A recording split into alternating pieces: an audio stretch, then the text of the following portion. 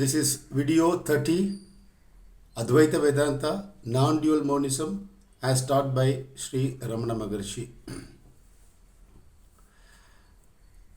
There is no regression ad infinitum. I'll repeat. There is no regression ad infinitum. Advaita Vedanta chiefly teaches three methods of inquiry. One is Drik Drishyam, seer and seen. The logic says anything which is seen, within quotes, anything which is experienced through the five senses, anything which is experienced through the mind, as the mind, we are not. We are the background, witness and presence. So we segregate. This is an act of viveka. Viveka is discernment or discrimination. As we discussed earlier, discrimination is seeing one thing as different from the other. This is a pen, this is a case. This is not the pen and pen is not this. So, the object of awareness, the object of experience, we are not. We are segregating. I am the witness of the body, the mind, the world and the universe. That is number one method. Number two method is the method of five sheets, Panchakosha Vivekam. Human personality is conceived to be made of or comprised of five sheets. The first sheath is the body, physical body, gross body. And the second sheath, so we say I am not the body. The second sheath is the prana, breath, that keeps this body alive, that empowers all the vital functions of the body. I am not the breath either.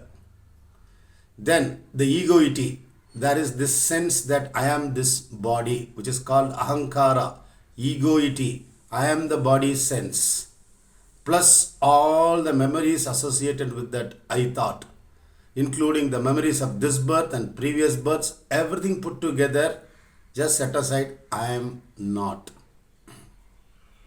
Then the intellect, which analyzes, which contrasts things, and then comes to a decision, determination. It is the determinative faculty. What is good, what is not good, what is dark, what is light, what is good, what is bad, etc. That is the determinative faculty with which we live our life. Simple. On a traffic, which lane to take?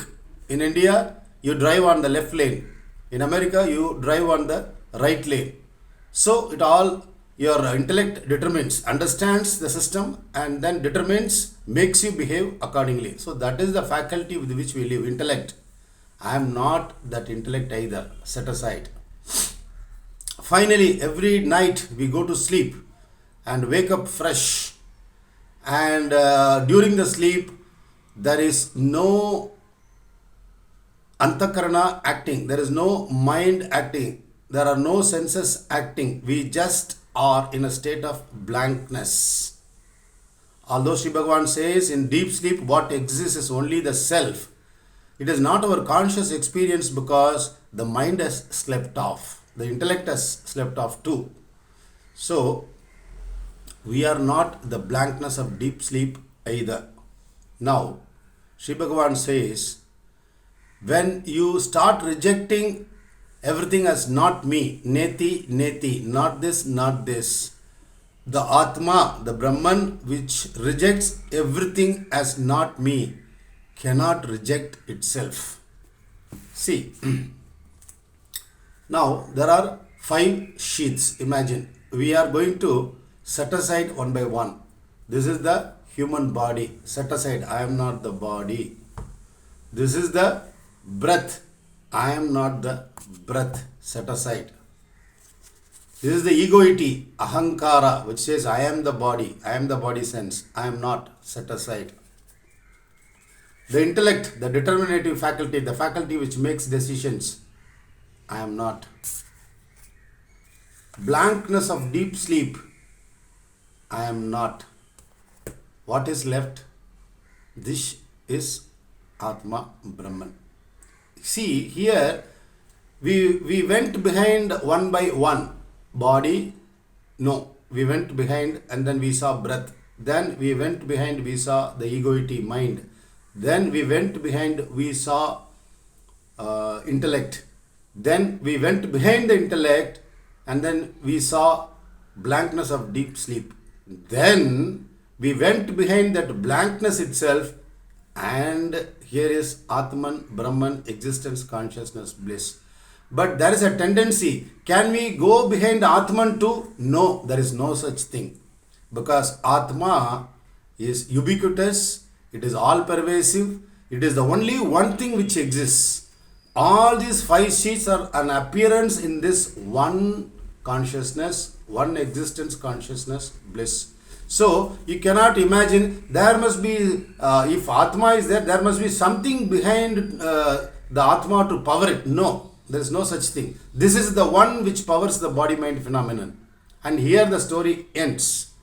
Once we get settled here, once we are established here, it is done and over. That is realization, that is Jivan Mukti, that is liberation while living.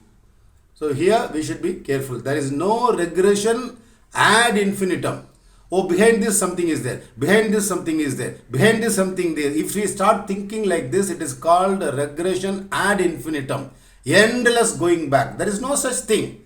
When you go back from body to breath, from breath to mind, mind to intellect, intellect to blankness of deep sleep, then if you still go behind, what is left is you. Tattvamasi. That's all. This is an important point to note. We get enamored by the five sheets. Especially we get enamored by the intellect with which we live in the transactional world. We rate the intellect as the highest. I am this person embodied. Okay, I have an intellect. I am capable of achieving this, that, etc. But your intellect itself has forgotten what your true nature is. That is why Advaita Vedanta is called for. That is why Sri Bhagavan's teachings are called for. Because the whole mechanism is one of hypnotization and dehypnotization. I personally call it fooling and defooling mechanism. When you say I, you call yourself I with great pride. But do you really get the import of what that I means is the question. This is the whole question of Advaita Vedanta. You say I, right? What does it mean? What is its true nature? What is its true capability? The body is limited and the intellect is limited to the capabilities of the body and the mind.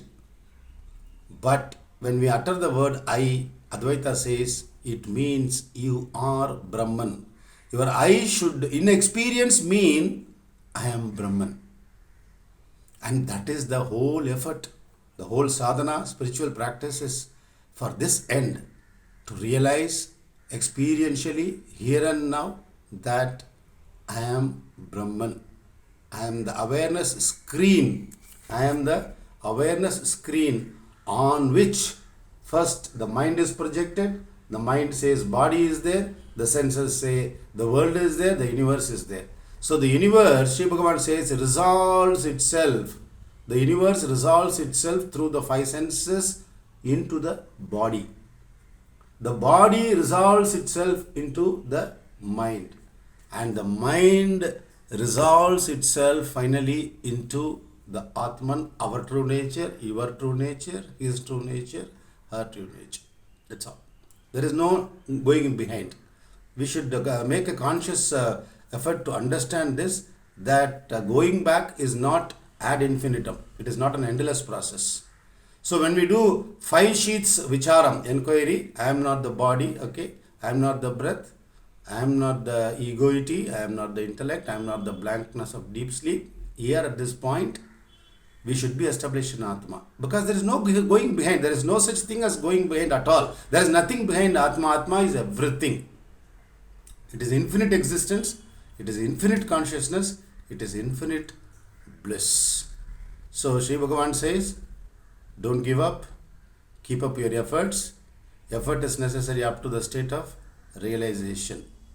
So let our intellect assimilate this truth and help us move towards that great final grand achievement that any human being can have on earth. It is self realization.